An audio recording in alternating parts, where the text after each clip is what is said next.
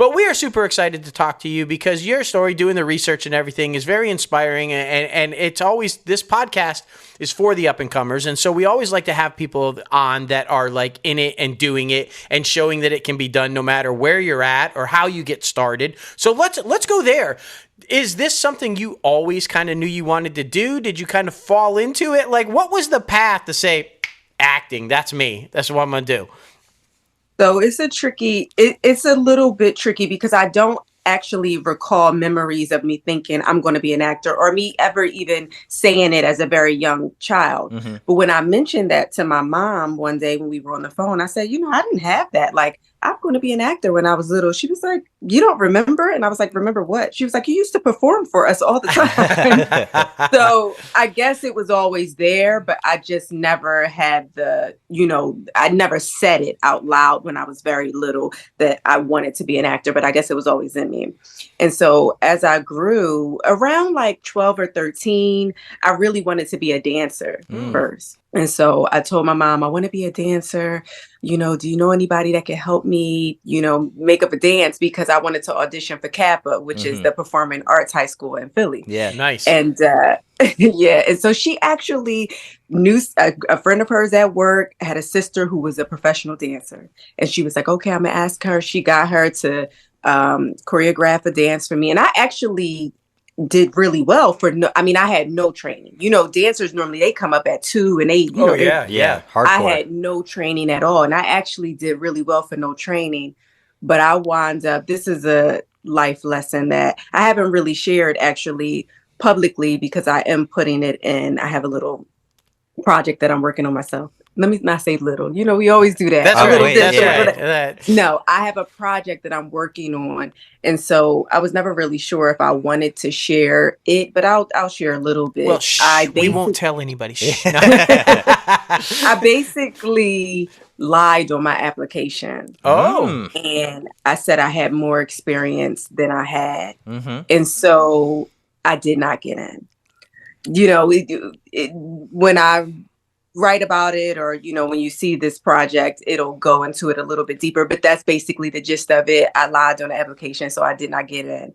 But it's a testament to people out there, like, just be okay with who you are and where you are, because your gift will make room for you. I firmly believe if I did not lie and I walked in that room and showed them what I did with no training, they would have been like, wait, what? Okay, yes, let's sign her up because we know where she could go. Right. But when you say you got training and you show up like, this is like, no, that don't happen. Well, I'm so happy you shared that story, though, because, you go back and you hear all of these different testaments to where, like, if somebody on your resume, if you can kind of make an accent, put that on there. Or if you can horseback ride, put that on there. Like, all of this different stuff. And I'm a big fan of Friends, and you know how once upon a time Joey was like, yeah, I can speak French, and like this dude could not freaking speak French, so like they made it kind of like a joke. But that stuff happens in real life because you want to do whatever you can to get your foot in the door, to be in the room where it happens. So many more stories happen like that, and honestly, you're the first person to admit to it. So I'm thankful for that, because a lot of people try to hide that. But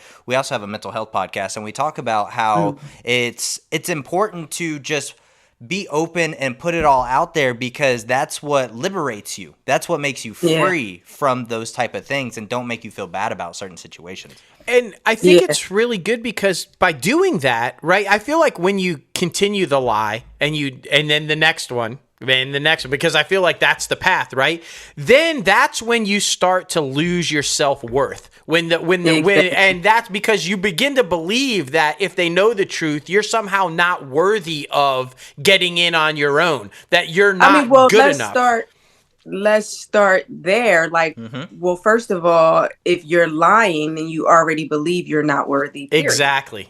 So it starts with not worthy, but you're absolutely right. Then it spins into this cycle. Now you have to keep up this lie, throughout the whole, and especially with something like that, it's different where, like, for instance, I don't know his name. I did not see the movie.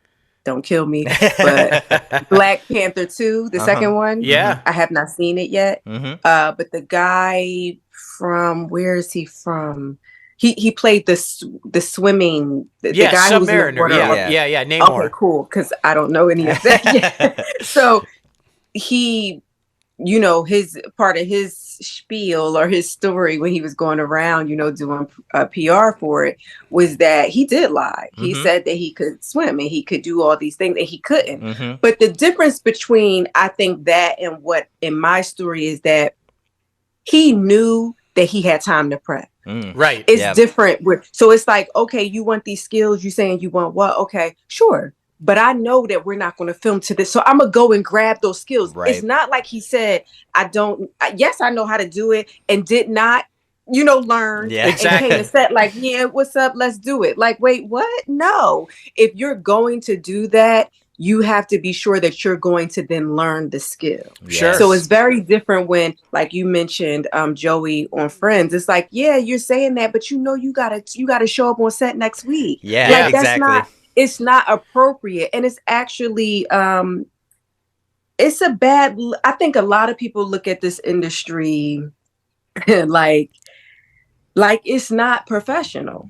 No, that's exactly right. Like it's not still like the rules of like corporacy. Yes, we're a little bit lax because we're artists, but at the end of the day, it's still your reputation. So you say you could do something and you show up and you can't do it.